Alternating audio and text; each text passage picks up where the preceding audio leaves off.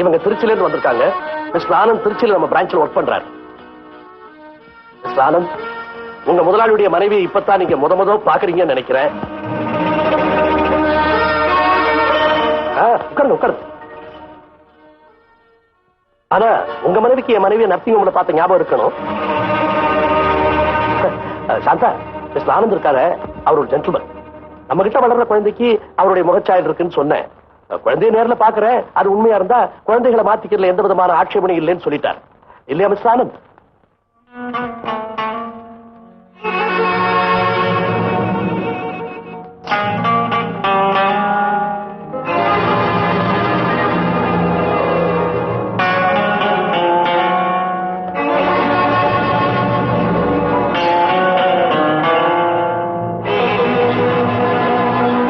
பாத்தீங்களா, குழந்தை எங்கேன்னு அவங்க கண்ணு வீடு பூரா தேடுறது.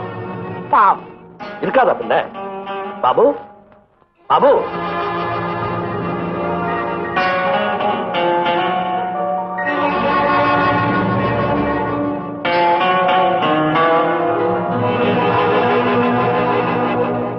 பாபு, பாபு.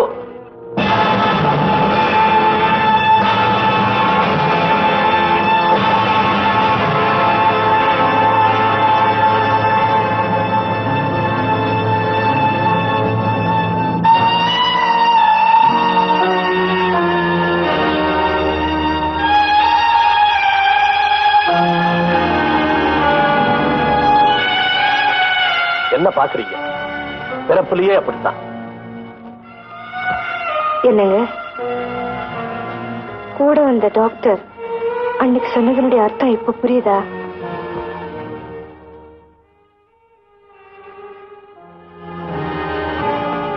பையனை பார்த்த பிறகு மாத்திக்க கொஞ்சம் தயங்குறாப்புல தெரியுது. அப்படின்னா ஒண்ணு செய்யுங்க, எங்க குழந்தைய எங்க வீட்டுக்கு அனுப்பிச்சு வச்சிருங்க. இவன் உங்க பையனா இருந்தாலும் இவனையும் சேர்த்தே நாங்க வளர்க்கிறோம். இதே வார்த்தைகளை சொல்ல எனக்கும் உரிமை இருக்குன்னு, 2 குழந்தைகளை வளர்க்க எனக்கும் சக்தி இருக்கு. மிஸ்டர் ஆனந்த், இப்ப நாம நடக்க வேண்டியதை பத்தி பேசுவோம். பேசாமல இருந்தா எப்படி பேசுவாங்க? நம்ம குழந்தைய உதவா கரைன்னு நினைக்கிறாங்க, நொண்டின்னு நினைக்கிறாங்க, செல்லா காசு நினைக்கிறாங்க. இருக்குமா?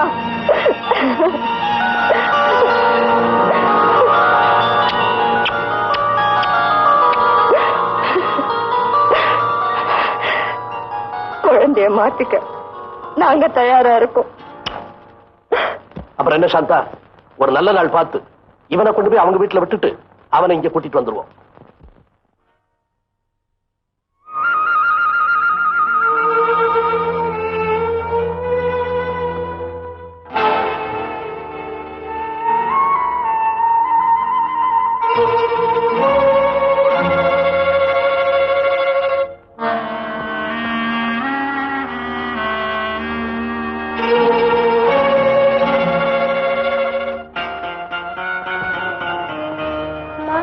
என்னப்பா, நீ பக்கத்துல படுத்துக்கிறம்மா. வடக்கணும் என்ன கட்டிக்கம்மா.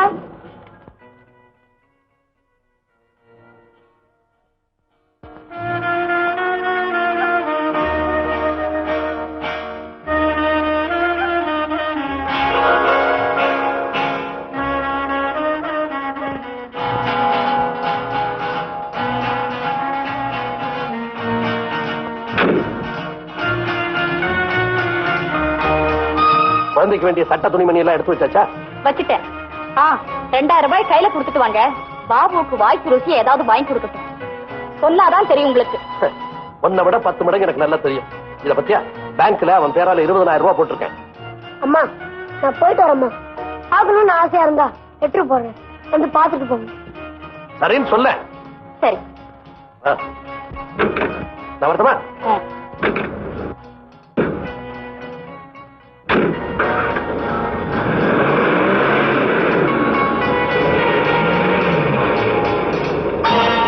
அம்மா, இதை மட்டும் எடுத்து வைக்க மறந்துட்டோமா?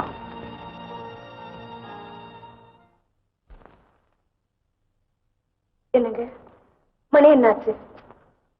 5 ஆச்சு. 11 மணிக்கே வர்றேன்னு சொன்னவங்க இன்னும் வரலையே. ஏங்க, கடைசி நேரத்திலேயாவது 2 பிள்ளைங்களும் இங்கே இருக்கட்டும்னு கேட்டு பாருங்களேன். கேக்குறேன். யாரும்மா வரப்போறாங்க? உன் தம்பிதான்ப்பா. தம்பியா? அவன் எப்படி மாறிப்பான்? அதான் நீ பார்க்க போறீங்க. உங்க கடிகாரம் என்ன வேகமா ஓடுதா? இல்ல, நம்ம மனசுதான் வேகமா போகுது.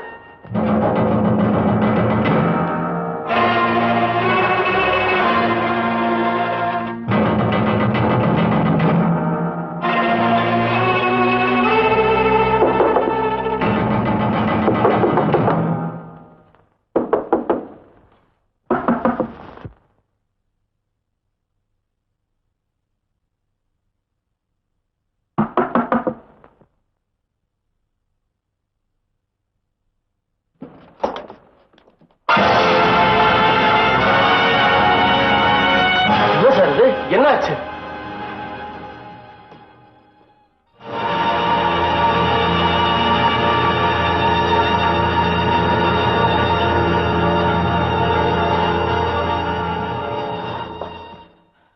ஆனந்த், உங்க குழந்தைய உங்ககிட்ட சேர்க்கறதுக்காக வந்துகிட்டு இருந்தேன். ஆனா வழியில எதிர்பாராதமா ஒரு ஆக்சிடென்ட் ஆகி போச்சு. குழந்தையை காப்பாத்துறதுக்கு நான் என்னால முயற்சி எல்லாம் செய்தேன். ஆனா முடியல. இருந்தாலும் நாம பேசினபடி உங்க குழந்தைய உங்ககிட்ட ஒப்படைச்சிட்டேன்.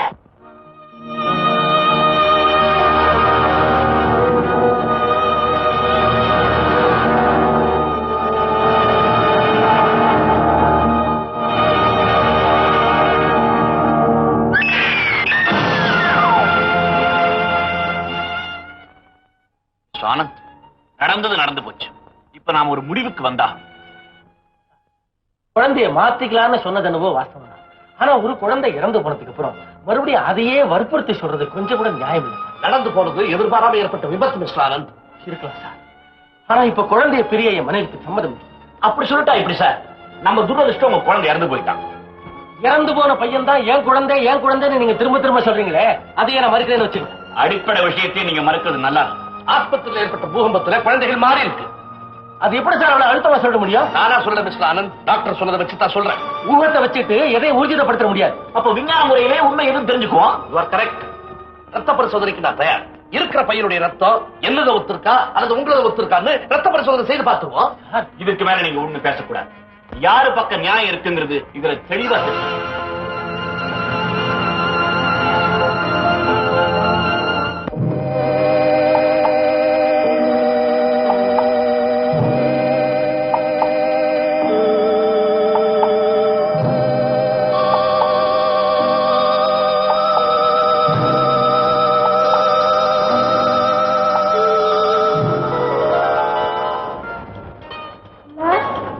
என்னப்பா? டாக்டர் ஊசி போட்டாரு. எதுக்காக? உன் ரத்தத்தை எடுத்தாரு.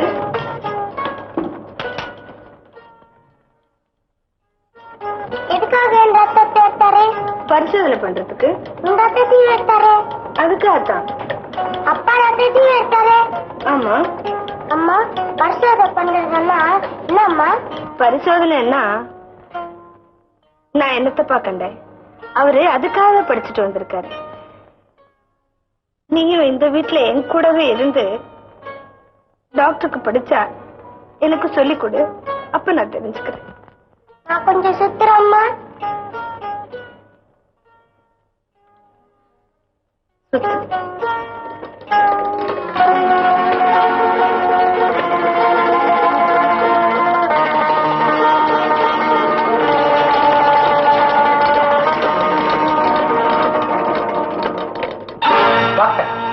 குழந்தை இவருடையதான உங்களால சொல்ல முடியுமா?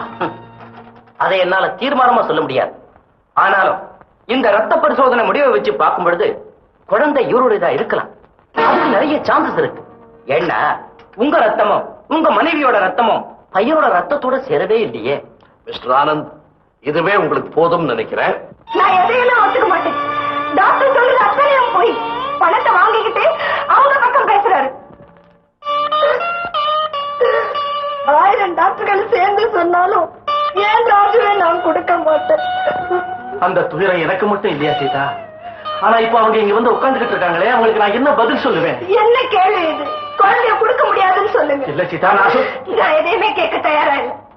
நீங்களும் அவங்க கூட சேர்ந்துகிட்டு என் குழந்தைய என்கிட்ட இருந்து பிரிக்க சரி பண்ணாதீங்க. செத்து போயிடுன்னு சொல்லுங்க, கேக்குறேன். குழந்தைய கூடன்னு மட்டும் கேட்காதீங்க. குழந்தைய பிரிஞ்சனால உயிர் வாழவே முடியாது.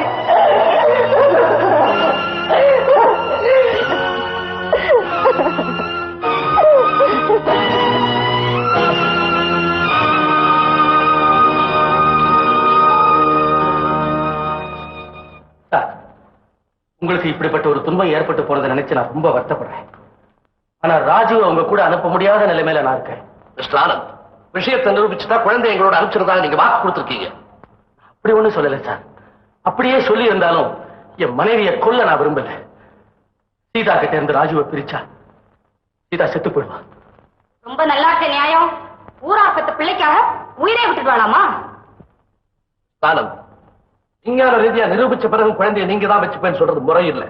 மனசார அது எங்க குழந்தைதான் தெரிஞ்ச பிறகு எங்க கூட அனுப்ப மாட்டேன்னு சொல்றது கொஞ்சம் கூட நியாயம் இல்லை. பிளீஸ் குழந்தை எங்க கூட அனுப்பிச்சிருந்தா மன்னிச்சிருங்க சார். உங்க இறுதியான முடிவே இதுதானா? ஆமா சார். All right. சாந்தா, இவ போற.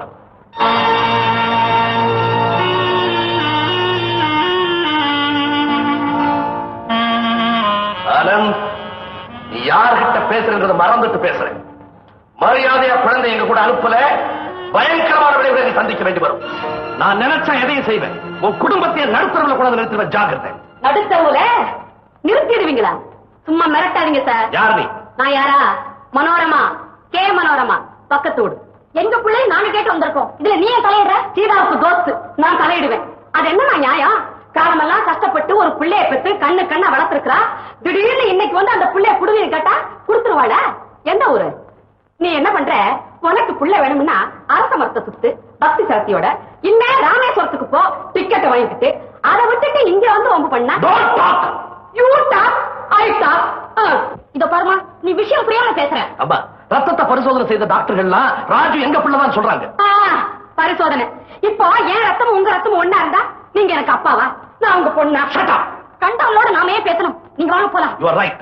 ஆனந்த், இப்படி ஊர் பேர் தெரியாதவங்க எல்லாம் விட்டு மரியாதை குறைவா பேசுறது கொஞ்சம் கூட நல்லா இல்ல. சட்டப்படி அந்த குழந்தை எப்படி கொண்டு போறது எனக்கு நல்லா தெரியும். We will meet in the court.